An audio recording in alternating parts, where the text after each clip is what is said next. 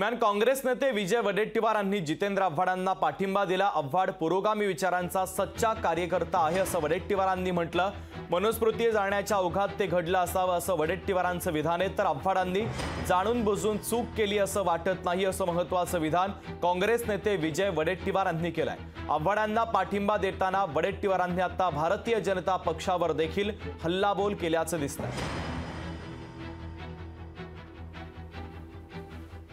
बाबासाहेबांचा अपमान केला म्हणून टाळू फोडत आहे। बाबासाहेबांचा अपमान कोणीही देशातील नागरिक सहन करू शकत नाही, पण ज्यांना बाबासाहेबांना या देशाचे कायदा मंत्री होण्यापासून अडचण होती, विरोध होता, ती लोक मनुवादी लोक बाबासाहेबांचा अपमान झाला म्हणून म्हणतात। ते हृदयातून म्हणतात की मनातून म्हणतात की पोटातून म्हणतात की ओठातून म्हणतात, हा खरा प्रश्न आहे। मला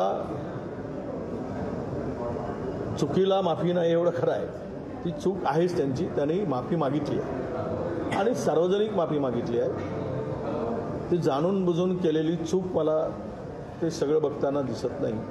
फार मोठा वाईट प्रकार आहे। मला तरी असं वाटतं की अशा माणसावर गुन्हा दाखल झाला पाहिजे। हा मनोविकृत माणूस आहे असं मला म्हणायला काय हरकत नाही। कायम या माणसाने दोन समाजामध्ये भानगड लावण्याकरता सगळे प्रयत्न केलेले आहे। आणि काल आपण पाहिलं असेल की महामानव डॉक्टर बाबासाहेब आंबेडकरांची प्रतिमा त्यांनी जी होती त्यांच्या हातामध्ये फोटो होता तो पाडलेला आहे, त्यांच्यावर गुन्हा दाखल व्हावा अशी आमची मागणी आहे। ते मी असं म्हणणं कालच आम्ही असं ते स्टेटमेंट काढलं होतं की मनुस्मृती एकदाच जाळल्या गेली, आता असं मनातून काढली पाहिजे, त्यासाठी सगळ्यांनी प्रयत्न केले पाहिजे। भाजप आता राजकारण करत आहे, करणारच ना, सोडणार कोण?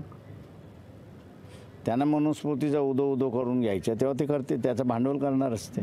जे झालेलं आहे त्याचं समर्थन करता येत नाही, पण राहिलं मनुस्मृतीचा विरोध काँग्रेस पक्ष सातत्यानं करतो आहे। मनुस्मृती महाराष्ट्रात लागू दिली जाणार नाही।